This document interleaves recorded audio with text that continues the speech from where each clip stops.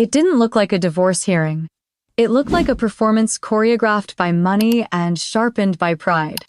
Nathan adjusted his cufflinks like he was preparing to accept an award, not file a motion to erase my name from his life. Elaine Prescott swept in wearing pearls thick as armor, her glare brushing over the courtroom like disinfectant. Tessa was there too, seated close, her dress the exact shade of champagne she once spilled on my sketchbook. They looked so certain. So untouchable. Then the judge called my name. I stood, walked forward, and placed a single leather briefcase on the table. No tears. No theatrics. Just the truth they never thought I'd dare to say. I'm Camille Prescott, 33. Software engineer by day, digital artist by night, and I never needed a cent from them. He said it like a closing argument, loud enough for the entire courtroom to hear, as if it were the one truth no one dared to say. She only married me for money. Nathan Prescott, my ex-husband of 8 years, the man who once told me I was his muse, the man who held my hand while I cried over my first lost pregnancy, now stood in a tailored navy suit in front of a judge, arms folded with self-righteous ease, accusing me of being a gold digger.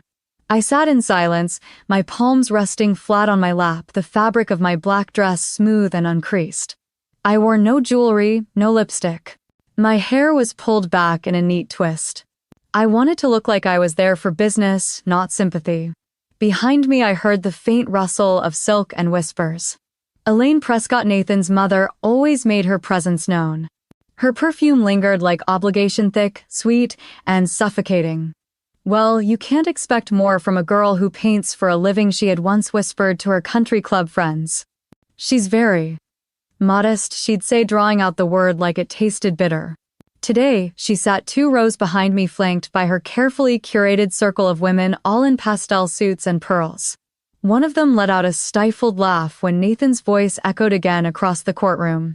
8 years, Your Honor, he continued, pretending to address the judge while still staring at me. 8 years of paying for canvases and art supplies and not a single dollar back. No job, no contribution.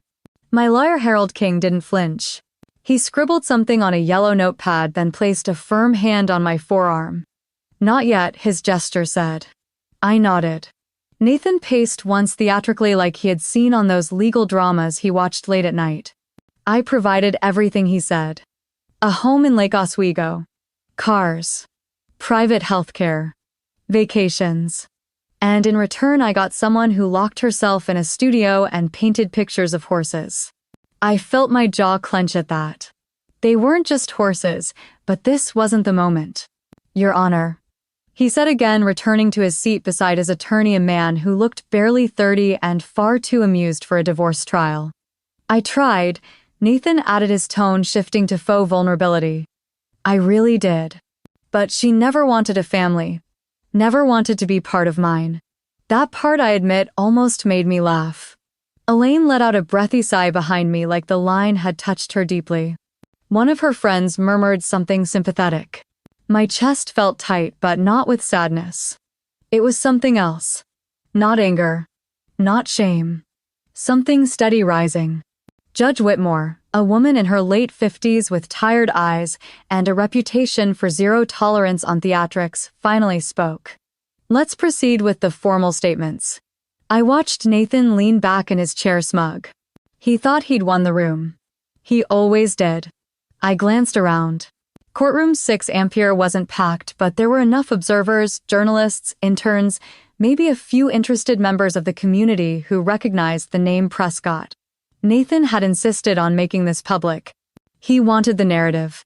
The powerful CEO married a girl who just wanted his bank account. He had no idea what I'd brought with me in that black leather briefcase at my feet. I adjusted the sleeves of my dress and met his gaze for the first time. He looked at me with the same condescension he'd worn for the last 3 years of our marriage. The look he gave me when I asked about the missing payments from his company. When I questioned why Tessa, his assistant, was at every investor dinner. When I stayed quiet and he mistook that quiet for compliance. He looked away first. Harold leaned in. Ready, I breathed in slowly. The courtroom light felt cold even though it was barely 70 degrees outside. Yes, I whispered. Across the aisle, Elaine whispered something sharp to the woman beside her, probably about how I looked plain, like I hadn't even tried. She didn't know I had spent the morning organizing files. Not makeup. Not accessories. Files. Your Honor, Harold said, rising with practiced calm. My client would like to request permission to address the court. Nathan smirked. He had no idea. The judge nodded. Miss Prescott, proceed. I stood. The courtroom went quiet. Even Elaine's group fell still. I reached down slowly and lifted the briefcase onto the desk. The locks clicked open. And just like that, the story Nathan thought he controlled began to slip through his fingers. I was 29 when I married Nathan. It was spring in Oregon, soft sunlight and dogwood trees in bloom, and I remember thinking this was the kind of love that didn't need a contract or conditions. My grandmother Ruth had just passed 6 months earlier. She left me everything. $3 million tucked away in a Swiss account she'd managed privately since the 1982nd. 5 rental properties in Eugene and Bend, each with long-term tenants and steady income. A tidy little empire built by a woman who never raised her voice but never once let anyone silence her. Before she died, she took my hands and told me plain as rain. Camille, love with your heart, but guard with your mind. Your peace is worth more than any diamond. I heard her voice in my head as I signed the marriage license with Nathan. I didn't tell him about the inheritance. Not because I didn't trust him, but because I didn't want it to define us. I wanted our marriage to be about building something new together, not protecting what I already had. At the time, Nathan was charming and determined. He was in the early stages of expanding Prescott Construction, and every day he came home full of concrete and deadlines and long-term vision. He liked that I painted. He'd bring me coffee in the mornings and say things like, "Let the world catch up to your mind." But that Nathan started fading around year 2. Elaine, who had always been poised and polite in public, started inviting me to fewer and fewer events. She called them investor dinners, charity luncheons, partner retreats. I was always left off the RSVP. Then came the conversation in her kitchen. It was the summer of 2017. She poured tea into china cups she never let me touch and set one down in front of me like she was offering peace. "Camille," she said, smoothing a napkin over her lap. "I hope you understand. The Prescott name has obligations." She slid a document across the table. A post-nuptial agreement. It stated in careful legalese that I would not be entitled to any share of Prescott Construction in the event of divorce. That all existing and future company assets would remain solely under Nathan's ownership. That I would make no claim ever. Elaine smiled like a politician. "This is just a formality, darling. To protect the company, you understand." Nathan stood behind her silent. He didn't speak, he didn't touch me, he just watched me read it. I remember the tea going cold in my hand. I signed it. Not because I agreed, but because I didn't want to argue. I told myself we were fine. That sometimes when families have legacies to protect, they ask for things. That Nathan would see I didn't care about the money, that this was all temporary. But after that day, everything shifted. He stopped coming to my studio to see my work. Stopped asking about my sketches. He started answering texts from Tessa late at night and disappearing on weekends for what he called site visits. I miscarried our first and only pregnancy that fall. It was early. Just 6 weeks in. But it felt like the end of something I couldn't explain. I sat on the bathroom floor for hours that day. Nathan wasn't home. Elaine sent a one-line message when I told her, "Let me know if you still want to come to the Prescott Foundation dinner." There was no warmth. No comfort. That was when I started saving everything. Receipts, statements, emails. Little things Nathan thought I didn't notice. A plane ticket to Palm Springs when he told me he was in Seattle. Dinner charges on the company card from a luxury restaurant in San Diego, 2 entrees, wine pairings, and no business clients in sight. I didn't confront him. Not yet. I documented. I watched. And I waited. Because if I had learned anything from Ruth, it was this. A woman's silence is not always surrender. Sometimes it is strategy. The silence gave me space to think, to plan, to understand exactly what kind of man I had married. He thought I was passive. He thought I had no options. But I knew more about leverage than he ever guessed. I knew that trust once broken becomes data, and data over time becomes power, especially in court. Especially when the man sitting across from you is about to realize he is not the only one who prepared for this day. Judge Whitmore asked for my opening statement. Harold gave me a subtle nod. I closed the briefcase, lifted my eyes, and began. The air in the courtroom held a tension I could almost taste, like the seconds before a summer storm finally breaks. But long before I had gathered bank statements, before Harold had organized evidence into binders, and before Judge Whitmore even knew my name, there was a moment, quiet, humiliating, that shifted everything inside me. It happened at a party. Nathan's 39th birthday. Elaine had insisted on hosting it herself. She rented out the rooftop of the Marion, one of those newly renovated boutique hotels in downtown Portland that used reclaimed wood and Edison bulbs to convince wealthy people they were still somehow grounded. From the moment I stepped out of the elevator, I felt like a guest at someone else's celebration.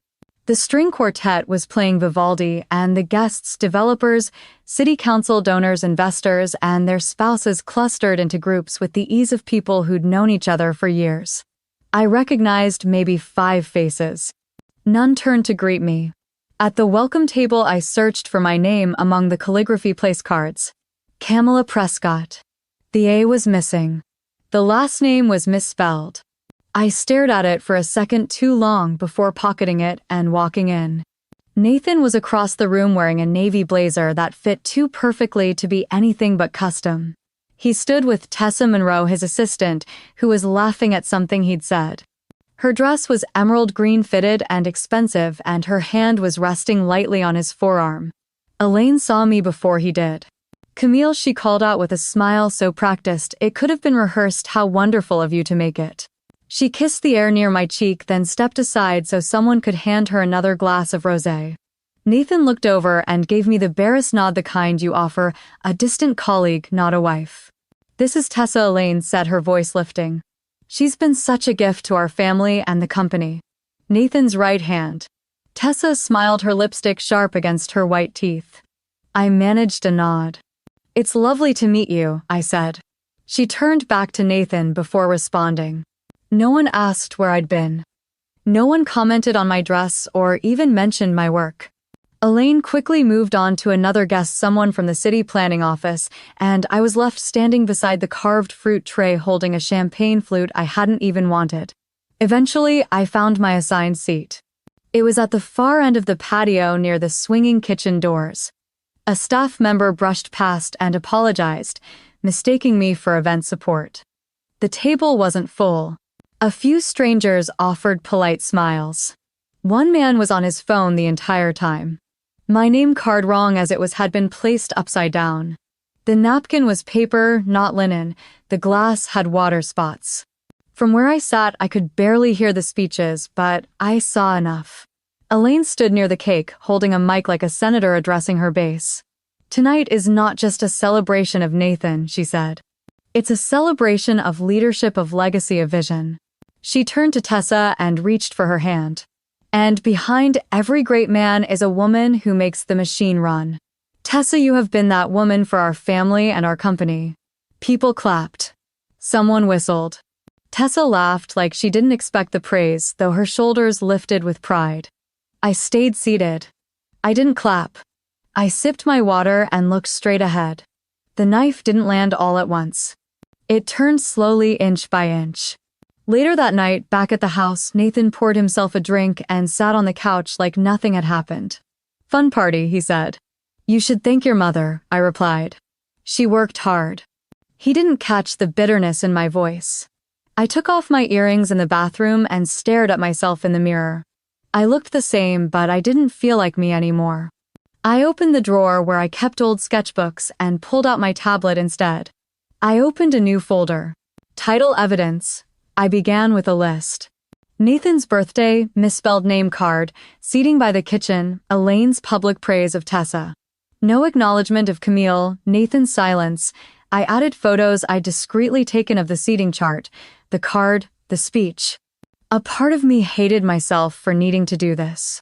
But a louder part whispered that I wasn't doing this out of spite. I was doing this because the narrative was being written without me in it. They had started to erase me long before I picked up a digital pen. That night, I didn't cry. I didn't scream. I just wrote. The folder would grow. It would fill with timestamps and transfers, invoices, and silence. But it began here. At a table near the kitchen where no one noticed I had arrived and no one noticed when I left. Except me. Of all the people who were supposed to stand by me, I never thought it would be Valerie who'd twist the knife. It started with a text. Simple, vague. Camille, we need to talk about the showcase. Can you come by early? I'd been preparing for this moment for months. My hands were still stained with oils from touching up the edges of the final piece. The gallery walls had been freshly painted. My name had been printed on the invitations. I thought it would be a conversation about logistics. Maybe lighting. Maybe a last-minute adjustment to the order of the installations. But the moment I walked through the back entrance of Marlowe Gallery, I felt it. That shift in the air. The kind of silence that sits heavy and makes you brace for impact. Valerie was standing by the main hall, her arms crossed, her usual warm smile replaced with something tight and rehearsed. The walls where my pieces were supposed to hang were bare. They weren't just bare. They were being filled with other works, not mine. Bright, chaotic digital collages from someone I didn't recognize. I didn't speak right away. I just stared as two gallery assistants carried in another canvas and leaned it against the wall where my centerpiece was supposed to go. Valerie finally spoke, her voice low. Camille, I'm so sorry. Something came up. I turned to her slowly. My throat tightened. What do you mean something came up? She glanced around as if trying to avoid the staff overhearing. It's complicated. Prescott Construction offered to sponsor a new series. They've invested a significant amount. This artist Juno Steele, he's gaining traction.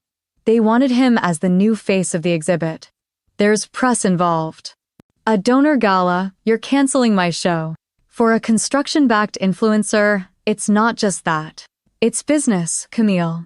You know how things are right now, the gallery's barely hanging on. They offered to pay for the entire quarter's rent, and my work. I had to take a breath. My eyes burned. Your work is beautiful, Val said. But it's not commercial enough. Not right now. It felt like I'd been sucker punched. This wasn't just a delay or a creative disagreement. She'd taken my moment and sold it. I wanted to scream. I wanted to remind her of the nights we stayed up building this place from the ground up using folding tables and borrowed lights. I wanted to bring up the 3 years I helped her curate unpaid just to keep Marlowe's afloat. But instead, I walked out. I didn't slam the door. I didn't argue. I just left. Because I saw it in her face. The decision was already made, and it wasn't hers alone. That night, I sat on my apartment floor surrounded by canvases. Half-finished pieces stared back at me like ghosts of something that almost was. My phone buzzed with notifications from people asking if the show was still happening. I didn't answer any of them. I didn't sleep. Instead, I opened my laptop and typed the name I hadn't used in years into the blank profile form. Luna Noel. It was a name I'd used in college, a pseudonym I signed to sketchbooks for fun before life got complicated. Before my name meant anything or nothing at all. I built the portfolio overnight. Selected my most visceral pieces. Photographed them with bare lighting. No edits. I uploaded everything to an anonymous digital art platform and quietly minted them as NFTs. No fanfare, no PR. No gallery sponsors. Within 48 hours, I sold the first one. An abstract called Soft Collapse. It went for $82,000. At first, I thought it was a fluke. Some crypto collector taking a risk. But then another sold. Then another. Within 2 weeks, 5 pieces were gone. One of them, Blood, Concrete, sold to a private buyer in Singapore for over $250,000. No one knew who Luna Noel was. And I intended to keep it that way. Valerie sent me emails. A few texts. Most were layered with apologies and vague offers to reschedule when timing allowed. I didn't reply. Instead, I reinvested the money into a cold wallet, set up a new LLC under the alias, and started planning my next release. Quietly behind the scenes, I contacted 3 digital art houses under the Luna identity. I didn't need galleries anymore. Didn't need permission. I'd found a backdoor. Camille Prescott may have been shut out of the art world. But Luna Noel was just getting started. And unlike before this time, I owned every stroke, every coin, every choice. My parents didn't know. Tessa didn't know. Valerie didn't know. They thought they'd removed me from the spotlight, but I'd simply found another room. One without their rules. One they couldn't enter. I wasn't seeking revenge. Not then. I wasn't plotting anything dramatic. I just wanted space. To create without asking for approval. To exist without being edited. But silence has a way of echoing back. And as I watched Luna's account grow in value and reach in recognition, I realized something else. They'd taken everything they could tie to my name, so I gave them nothing. And somehow nothing was starting to look like everything. By the time I pulled up in front of the little cedar house on Woodlark Avenue, the sky had turned a soft lavender. The wind smelled like fir trees and dry pine needles, and for a second it was like I had never left. The gravel driveway crunched beneath my boots just the way it did when I was 13, sneaking in past curfew and hoping Ruth hadn't heard the door creak. Of course she always had. The porch swing was still there, faded from years of sun, but gently swaying like it remembered my weight. I sat down without thinking, running my hand along the chipped armrest. A sudden memory knocked the wind out of me and Ruth sitting here after I got rejected from my first art show in Portland. I'd cried so hard I hiccuped. She'd just listened, then handed me a glass of lemonade and said softly, "Never let silence be the proof of your worth, Camille. You speak with your work, but when they silence your work, you find another language." I hadn't understood that back then. I think I do now. The front door opened before I could knock. It was Harold, looking a little older than I remembered, his graying hair combed back, glasses perched low on his nose. He wore that same expression he always did when Ruth was about to scold me, but didn't have the heart to do it herself. "You didn't call," he said. "I could have had the place ready." "I didn't want it ready," I replied. "I just needed to see it as it was." He nodded and stepped aside, letting me into the house that still smelled faintly of old books and eucalyptus. Everything was just where she'd left it. The little wooden bowl of marbles on the windowsill. The photo of her and Grandpa at Cannon Beach. The faded quilt draped over the arm of the recliner. Harold had set up a stack of folders on the kitchen table, thick with tabs and sticky notes. I stood at the threshold, unsure for a moment. Then I walked over and sat down, heart thudding like I was about to open a time capsule from another version of myself. "So," I said quietly, "what did she leave behind?" Harold adjusted his glasses and opened the top folder. "There's the UBS account. 3 million, give or take. She kept it under the radar. Said she didn't want you tied to this family's name financially until you knew who you were without it." That sounds like her. 5 properties across Oregon. 3 in Eugene, 1 in Corvallis, 1 in Grants Pass. All paid off. All rented. Your name's on the deeds now. I stared at the pages. Deeds, titles, balances. Numbers so big they looked like fiction. But none of it felt like a win. Just the echo of a woman who had loved me without condition and wanted me to have tools she knew I might one day need. I asked, "Did she leave a letter?" Harold reached into his coat pocket and slid out an envelope, yellowed slightly at the edges. My name was written on the front in her looping cursive. I opened it with fingers that trembled. "My dearest Camille, if you're reading this, then the world has likely tilted in ways you didn't expect. It always does. I want you to remember that power isn't always loud. Sometimes it's quiet and patient. Sometimes it waits. I didn't raise you to grovel. I raised you to walk away when the room no longer deserves you. I hope you find your voice again, however it wants to speak. These assets are not your victory. You are. With love, always, Ruth." I folded the letter slowly, pressing it against my chest like I could absorb her voice back into my skin. Harold sat quietly, eyes on the grain of the table. "You don't have to decide what to do today," he said after a while. I already have. I'm not touching any of it. Not yet. He raised his eyebrows slightly. If I use it now, it'll feel like I needed saving. Like I wasn't enough on my own. Ruth knew that. That's why she never told me about the money. And now I know I don't need it. Not for this. Harold smiled, a small thing filled with approval and grief. You sound like her, you know. I hope so. Later that night, I stayed in the guest room with the window cracked just like I had when I was a kid. The wind rustled the maple tree out front, and the floor creaked with every shift in temperature. I lay there staring at the ceiling, listening to the sounds of a house that had once held all my beginnings. I wasn't running anymore. I wasn't fighting either. I was building. Tomorrow, I would fly back to Seattle. Luna Noel had another digital piece going to auction. But tonight, I let myself belong to a version of me that still believed in lemonade on the porch, in the smell of eucalyptus and old quilts, in the strength of a woman whose name no one had tried to erase. Not yet. Not ever. By the time my plane touched down in Seattle, the clouds had already rolled in like they knew I was coming back different. I stepped off with a carry-on full of sketchbooks and a heart that no longer needed anyone's permission to be full. The city felt colder than I remembered, not in temperature but in tone. Nathan didn't text, he didn't call, he didn't need to. The silence had become its own language and I had stopped translating it.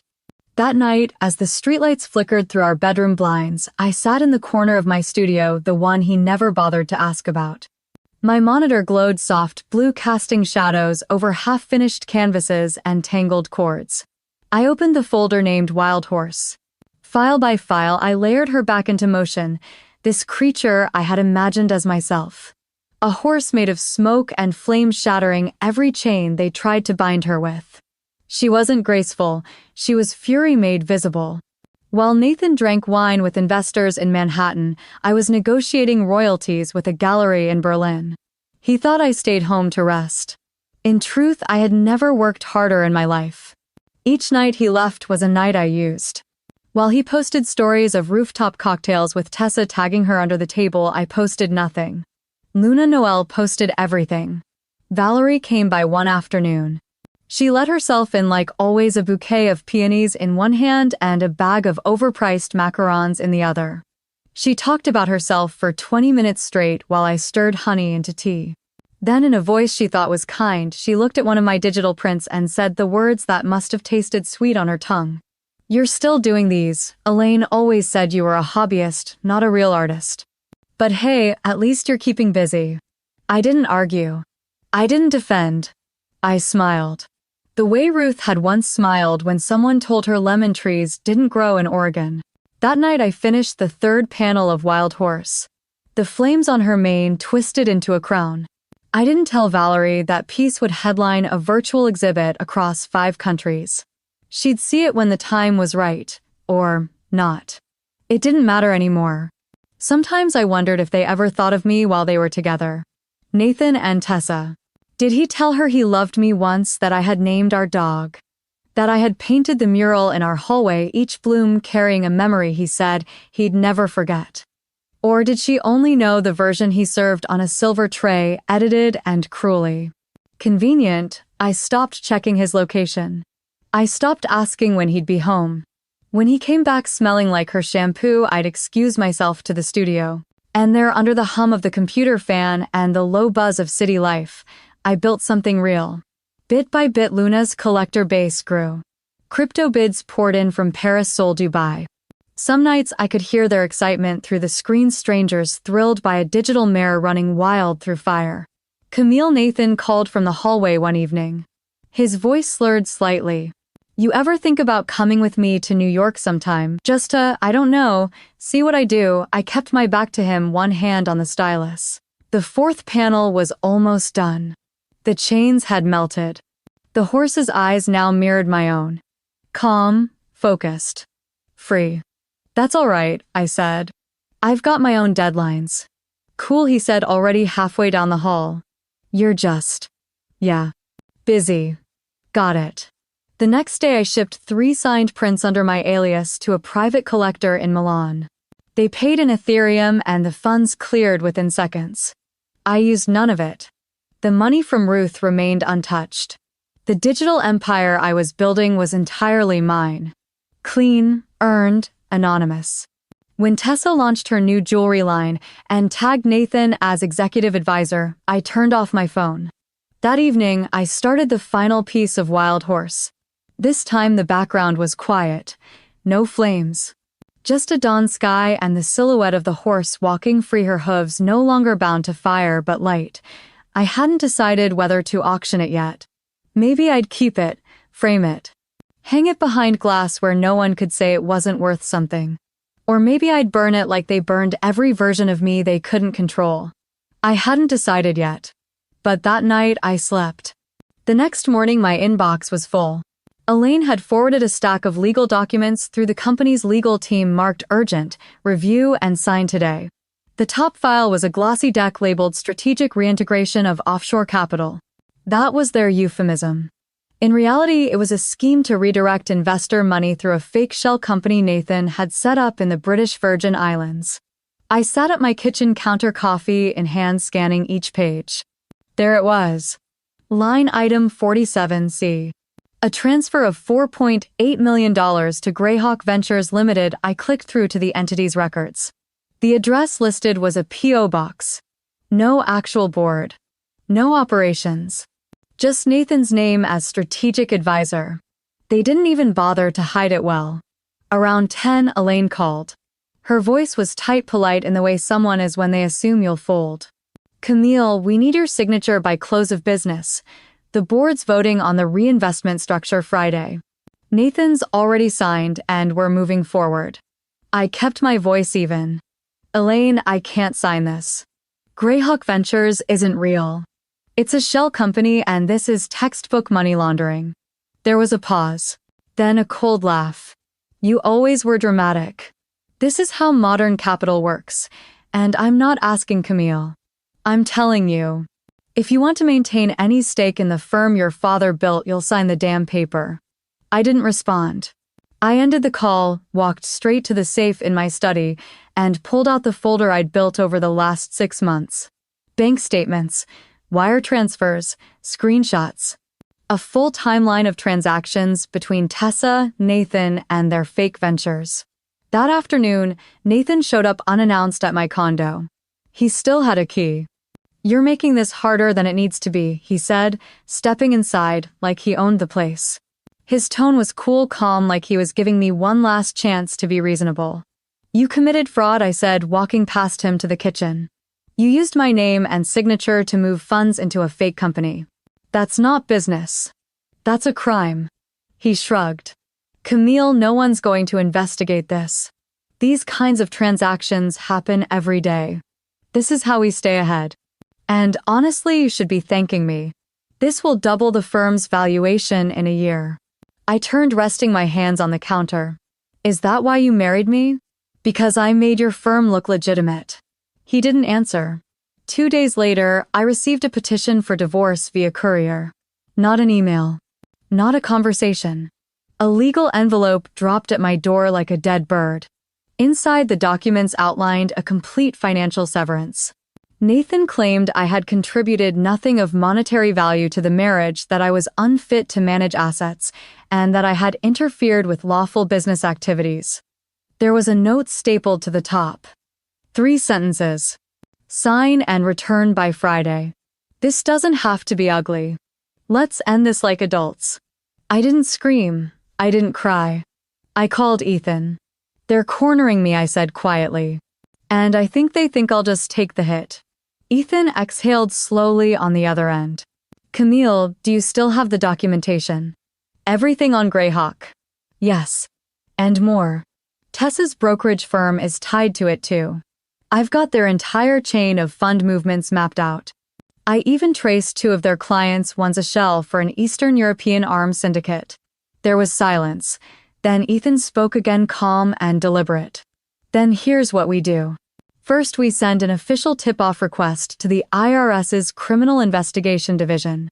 Second, we file a motion with the court to delay the divorce proceedings based on pending financial investigations. And third, you request to present your financial evidence publicly. Publicly, yes. Full disclosure in open court. If they want to call you irrelevant, let them do it in front of a federal judge. I nodded slowly, even though he couldn't see it. Okay, let's burn it all down. By the following Monday, I was in the courthouse filing my formal response. I refused the asset separation clause. Instead, I submitted a 58-page addendum detailing fraud, misappropriation of marital funds, and use of forged documentation.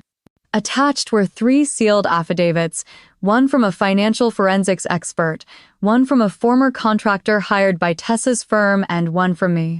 Elaine called again the next day. She sounded different this time. Less powerful, less sure. Camille. Let's not escalate this. You're still part of the Prescott name. That comes with a responsibility to handle things discreetly. I smiled even though she couldn't see it. I think we define discretion very differently. And I hung up. That evening, a process server delivered a countersuit. They were suing me for defamation. I read it while pouring wine. The irony was almost poetic. They lied, laundered, and fabricated, then accused me of ruining their name. But the real blow came the next morning. I received a call from a journalist at the Sentinel. She had received a copy of the divorce motion from a source close to the family. They were trying to discredit me in the press before the hearing. She asked for comment. I said nothing, then asked if I could call her back later. I sat on the floor of my condo back against the cabinet's file folder spread open across the tile. My life, my real life laid out in spreadsheets and bank statements. They thought I'd fall apart, but I didn't. I made 2 calls. One to Ethan. One to the IRS agent who'd responded to our tip-off with a single sentence. We're interested. Please proceed. I took a deep breath and reached for the brass clasps of the old briefcase that had sat silently by my feet for the past hour. It clicked open with a sound louder than expected in the echo of the courtroom. The hinges creaked softly like it too had waited 8 long years for this moment. I pulled out a small stack of documents, each in clear plastic sleeves labeled in my careful handwriting. Then I stood. I didn't look at Nathan. I didn't need to. His silence told me everything. I addressed the judge, my voice, steady, even almost gentle. Your Honor, before this court proceeds with any division of assets or discussion of alimony, I'd like to offer full financial disclosure from my side. What I'm about to show is not for rebuttal, it is for record. I walked slowly to the clerk's desk and handed over the folders. Then I turned to the courtroom. 8 years ago, just before my wedding, my grandmother Elaine left me a trust fund. $3 million. Unrestricted. I never told Nathan because I didn't think I had to. We agreed to build a life together to earn our keep to live with integrity. I paused, watching Nathan shift in his chair, his jaw tightening. Throughout our marriage, I never used a single dollar from that account. Not for groceries, not for vacations, not for rent, even when he insisted on moving us into that overpriced condo in Bellevue. Every bill I paid from my salary.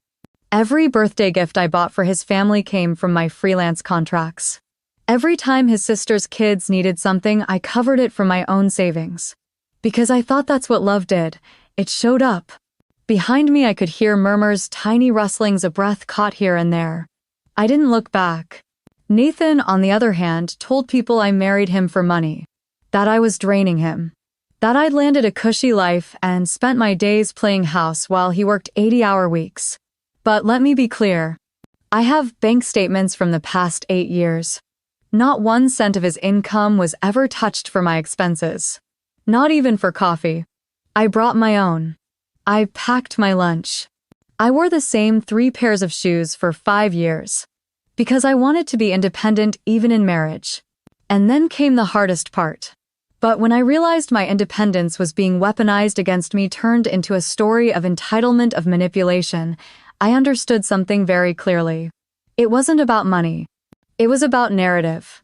And Nathan, you spun one without ever asking me who I really was. Nathan's attorney leaned over, whispering rapidly. Nathan's face turned red. His mother, seated 3 rows back in her navy suit, and pearl earrings, looked like she'd swallowed ice. Her hands clenched around the strap of her handbag. I remember those hands. They used to hand me pies at Thanksgiving with forced warmth. Now they looked like claws on leather. I turned back to the judge. I'm not angry.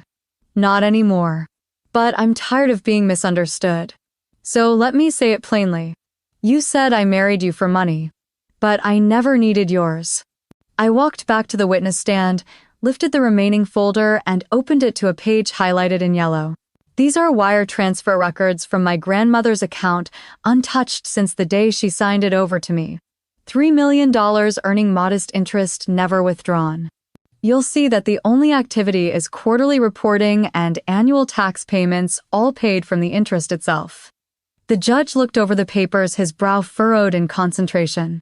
I closed the folder. If I had wanted money, I would have used it. If I wanted status, I wouldn't have chosen to work 16-hour days from a converted guest room building financial models for startups who couldn't pay on time. What I really wanted was to build something real with someone who saw me, who didn't just tolerate my ambition but understood it, who didn't whisper jokes about my spreadsheets at dinner parties or tell his friends I was playing Office while he ran the real show. Nathan was no longer looking at me. He was staring down at the table, his fingers tapping in a rhythm I remembered from every anxious conversation we ever had. The same rhythm that used to drum against our kitchen counter when he couldn't admit he'd forgotten our anniversary. Or when I caught him lying about working late. I looked at the judge. I'm not seeking damages. I'm not asking for alimony. I just want the record to reflect the truth. Not the version they've passed around over wine and barbecue, but the actual facts. The judge nodded slowly. We'll take this into account. I turned back toward my table. My attorney gave me a small nod. No smiles. Just quiet understanding. As I sat down, I could feel all eyes on me. But for the first time in months, I didn't shrink under the weight of them. Across the aisle, Nathan's lawyer leaned in and whispered something again. Nathan jerked his head, slightly annoyed, but he said nothing. That silence. It was louder than any accusation he'd ever thrown. The court called a 5-minute recess. I stayed seated. My hands rested on the table, fingers gently tapping the edge of the briefcase. The same one my grandmother gave me when I graduated college. It still smelled faintly of leather and lemon polish. The moment I opened it today, I knew. This wasn't about winning. It wasn't even about being heard. It was about standing up and saying, this is who I've always been. And if they couldn't see that until now, it wasn't my loss. The lights dimmed just a touch, the way courtrooms sometimes do when the projector whirs to life. The silence was thicker than before, not tense but expectant, like the collective breath of the room had been drawn, and no one dared exhale. I clicked the remote in my hand. The screen lit up behind me. A painting appeared. Red, orange, black, wild strokes slashing across the canvas like a storm uncontained. It was fire and fury and chaos. It was heartbreak and defiance and something primal breaking through. The title appeared beneath it, Wild Horse, artist Luna Noel. I let it linger there, not saying a word. Then came another. And another. Each piece more explosive, more visceral. They weren't gentle portraits or sterile abstracts. They were raw, untamed emotions stretched across canvas, sold in private showings, sealed deals, collectors who whispered her name with reverence. Luna Noel had been the art world's fever dream for the past 5 years. I looked over at Nathan. His jaw tightened. His left leg bounced once. He knew that name. He had chased that name. But he hadn't known it was me. The room was still so quiet I could hear my own heartbeat as I stepped closer to the screen. I opened the folder in my hand and pulled out the first sheet. Here are the authenticated contracts of sale, I said calmly. All signed, all verified. The piece on screen, now Wild Horse, was sold 3 months ago to McIntyre Holdings for $6.8 million. A soft gasp somewhere behind me. That sale was made under a limited liability company registered in Delaware. I own it. The transfer went through 3 layers of shell protections. Just like Nathan taught me when we were younger, and he used to brag about his old funds methods. He shifted in his seat. The final buyer, I looked him directly in the eye. Your largest direct competitor. The one who just acquired your patent dispute case and pulled out of your Series D round last minute. He blinked. Hard. His lawyer whispered something. He didn't respond. I turned back to the screen and clicked again. More contracts. More headlines. More sales. Each one verified time-stamped traced to Luna Noel. A name I had carried like armor and like chains depending on the day. Behind me, whispers had begun. Quiet but urgent. Elaine's hand gripped the edge of her seat like she needed it to stay upright. Tessa was whispering frantically to her lawyer. Valerie, sitting closest to the exit, shifted toward the door. I raised my voice slightly enough for everyone to hear. You all said I was nothing without Nathan. That I was riding his name, his world. That I was lucky to be tolerated. I looked over my shoulder, pointed at the screen. That is what I built while you erased me. The silence was absolute now. No rustle of suits, no tapping heels, just the full weight of everything they hadn't seen coming pressing in. I turned toward the judge. Your Honor, these disclosures are not meant for drama. They are part of financial disclosures related to our divorce proceedings. My assets, independently earned and maintained, were previously withheld for privacy and safety. They are now being disclosed in full compliance with court procedure. The judge nodded, his face unreadable. The opposing counsel asked for a recess. Denied. I clicked once more. The final image filled the screen. Wild horse again. But this time the buyer's identity was in bold at the bottom. It wasn't just a competitor. It was the one who had recently poached 3 of Nathan's top executives. The timing hadn't been a coincidence. There was a slow, audible intake of breath across the courtroom. That piece was painted the night Nathan told me I was a placeholder. I said quietly. I didn't paint it to sell it. I painted it to survive him. I stepped down from the platform and walked back to my seat. No dramatic glance. No anger in my steps, just clarity, solid and unshakable. As I sat, Valerie made her move. She stood, suddenly muttered something to the attorney beside her and started toward the back of the courtroom. But she didn't make it halfway before a bailiff stepped in her path. Her face froze. She turned back toward Elaine.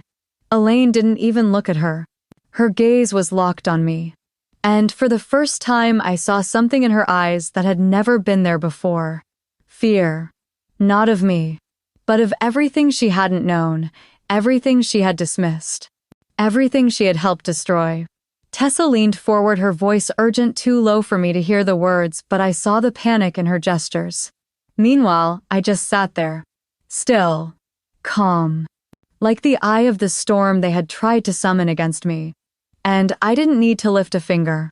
Because the truth was burning everything down on its own. The courtroom air felt thick, the kind that doesn't move no matter how many ceiling fans whirl overhead. I reached into my folder and pulled out the final stack of documents. My fingers didn't shake. I didn't blink. My voice was steady as I walked to the center and handed the evidence to the clerk. The judge adjusted her glasses, brows furrowing as she flipped through the first few pages.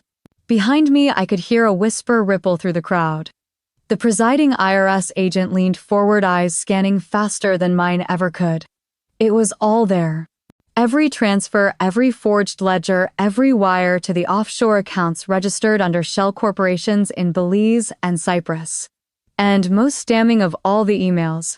Tessa's signature on falsified statements. Nathan's name authorizing consulting fees paid to non-existent firms. Valerie's gallery laundering the proceeds through fake sales. I took a breath and looked at Tessa. Her mouth was parted, slightly confused. Then her eyes darted toward the judge's bench as if that might save her. She whispered something to Nathan, who was already turning gray beneath his tanned skin. Judge Marlowe cleared her throat and called for quiet. Then she said it. The 5 words that dropped like a hammer. This is a criminal matter. Gasps. A few chairs scraped. Tessa stood up like she'd been stung. What is this? She snapped. This wasn't part of. Her voice broke off when 2 uniformed officers entered from the side. I didn't need to turn around. I knew they were for her. Miss Prescott, one of them said calmly, please place your hands behind your back. Tessa laughed. The kind of laugh you hear at the edge of a cliff when someone realizes gravity doesn't care about pride. She looked to Nathan. He didn't move, She looked to Elaine. Elaine was frozen, eyes blank. She even looked to Valerie, who clutched her purse so tight her knuckles turned white. "Are you seriously arresting me right now, in front of everyone?" Tessa cried. "For what? Some dumb spreadsheets." She turned to me. "You think this makes you better? You think this fixes anything?" She was crying now, ugly crying. The kind that ruins mascara and makes the whole room feel like it's shrinking. The officer repeated the instruction. Tessa backed up, knocking over a chair, and that was when they stepped forward and took her by the arms. "You're going to regret this," she shouted as they cuffed her. "I did it for the family. For us. You think you're so clean, Camille. You're not. You're not." The door shut behind her like a book closing. A pause stretched over the room long enough for the silence to settle deep in the chest. The judge looked at Nathan next. "Sir, I've been advised to inform you that the Department of Treasury has issued a temporary asset freeze. You are not permitted to move any capital, liquid or otherwise, until the matter is reviewed by federal authorities." Nathan didn't say anything. He just stared at the floor.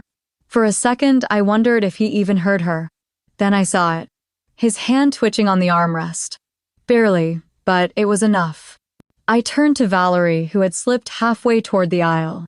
She stopped when she saw me watching. Our eyes met. Hers were wild, calculating. She looked toward the press seated in the back row, their phones still recording notes, scribbled microphones hot. "You won't recover from this," I said quietly. "Not in the way you think. The buyers may come back eventually. But the name they once praised has already started to rot." Valerie didn't respond. She just turned and kept walking. No one stopped her. But no one moved aside either. Then Elaine stood slowly, like her knees didn't quite know what her body was doing. She touched the pearls at her neck as if hoping they would save her from what was unfolding. "I never knew about the offshore accounts," she said, her voice barely above a whisper. "This wasn't my doing." An older woman in the gallery scoffed loud enough for heads to turn. "I didn't need to explain anything. Not this time. Not anymore." The papers spoke. The evidence carried weight. And I had done my job. Outside the courthouse, a small group had gathered. Reporters. Former clients. A few faces I vaguely recognized from charity galas long ago. Flashbulbs popped as I exited. I didn't stop to speak. I didn't pose. I wasn't there to celebrate. The sun was high, burning bright against the concrete, but it wasn't hot. Or maybe I was too numb to feel it. I walked to the car, waiting across the street, my shoes clicking with purpose. As I opened the door, my phone buzzed. A text from the IRS liaison. "Official proceedings against Valerie Grant's gallery and Elaine Prescott's philanthropic foundation are now underway. Your cooperation has been instrumental." I stared at the screen for a moment. Then I put the phone away without replying. I sat in the back seat, looked out the window, and let the city move around me. People walking, cabs, honking sirens in the distance. Life didn't pause just because someone's empire crumbled. And that was the thing. This hadn't been vengeance. It had been air returning to a space that had been suffocating too long. In the rearview mirror, the courthouse loomed behind me. Imposing. Silent. Still, I didn't look back again. He was already waiting by the marble pillars near the courthouse exit when I stepped outside, his tie, loosened hair, disheveled like he'd run his hands through it too many times. "Nathan." He took one step toward me, then paused, as if realizing he had no right to move closer. People buzzed around us, reporters shouted questions from behind the barricades, but the moment between us hung in a strange, suspended silence. I didn't speak, neither did he. I simply waited, curious what version of the man I'd married would show up this time.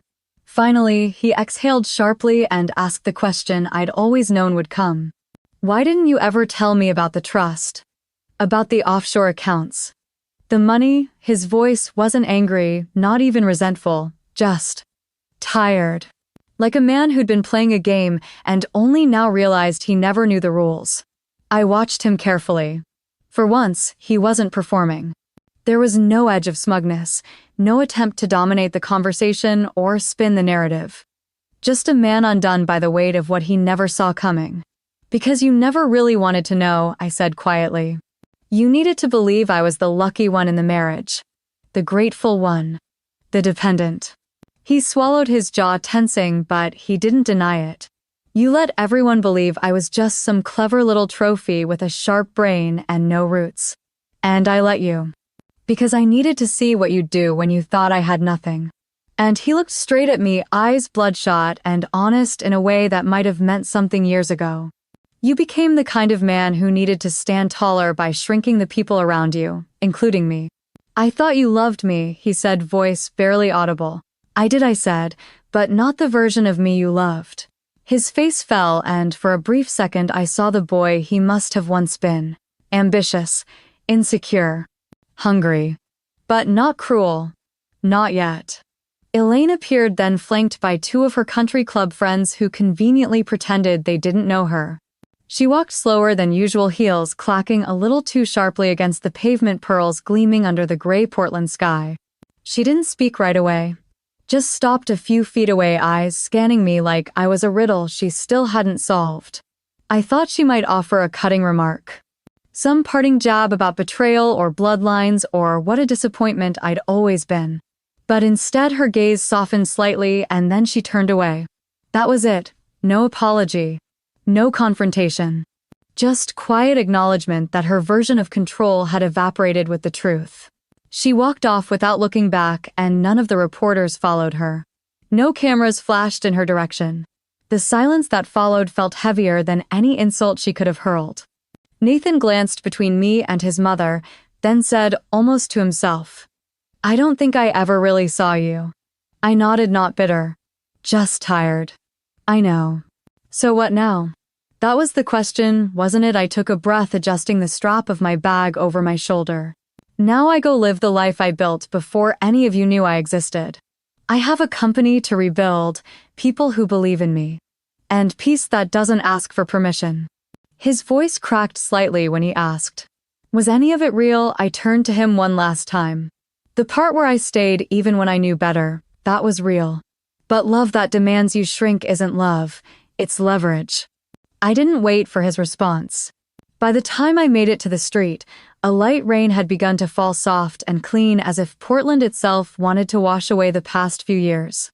A black town car waited by the curb.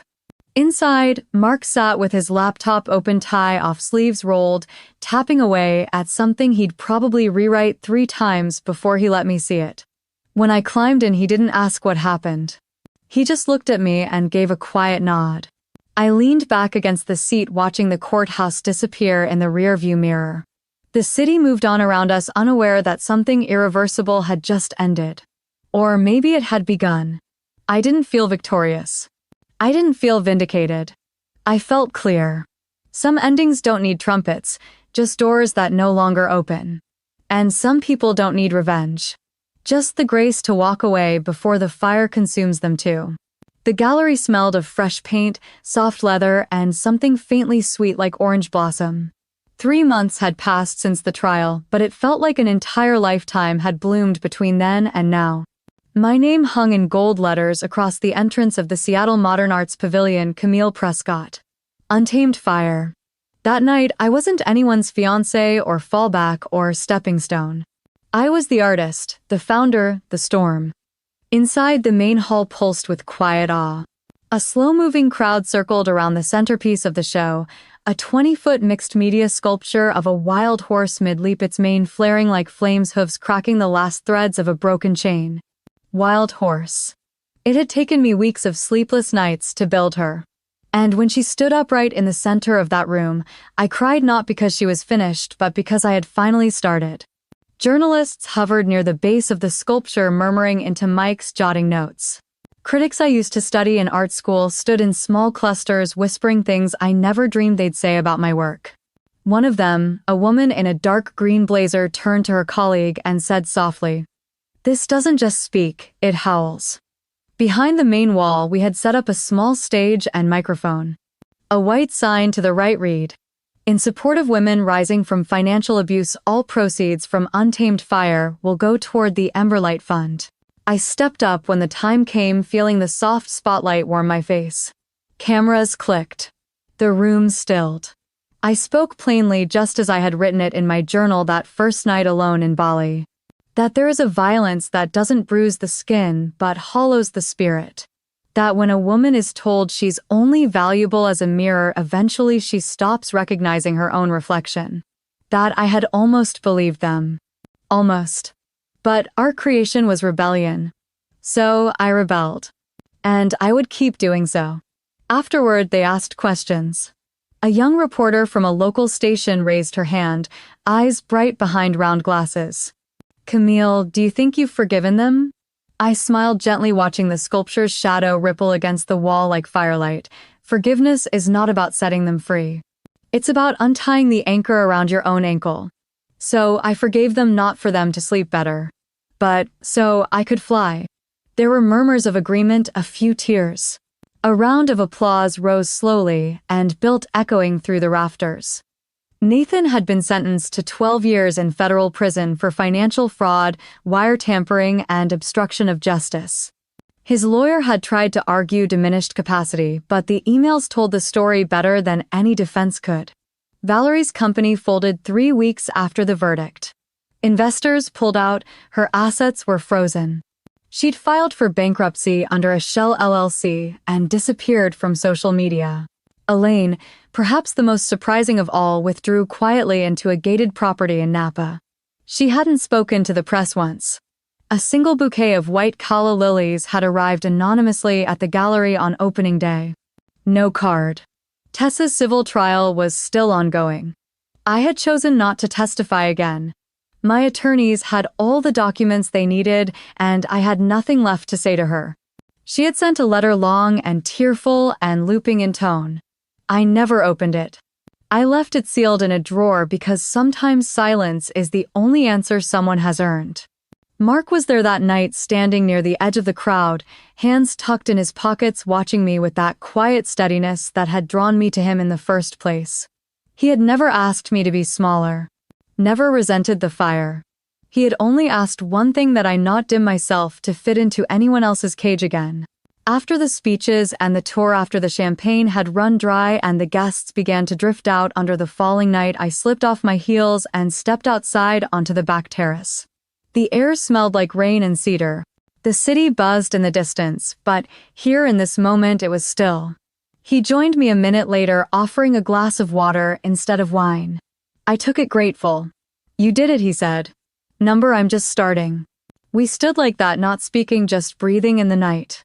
There's something about surviving that no one tells you. It's not loud. It's not a finish line with confetti. It's soft and slow, like growing new skin.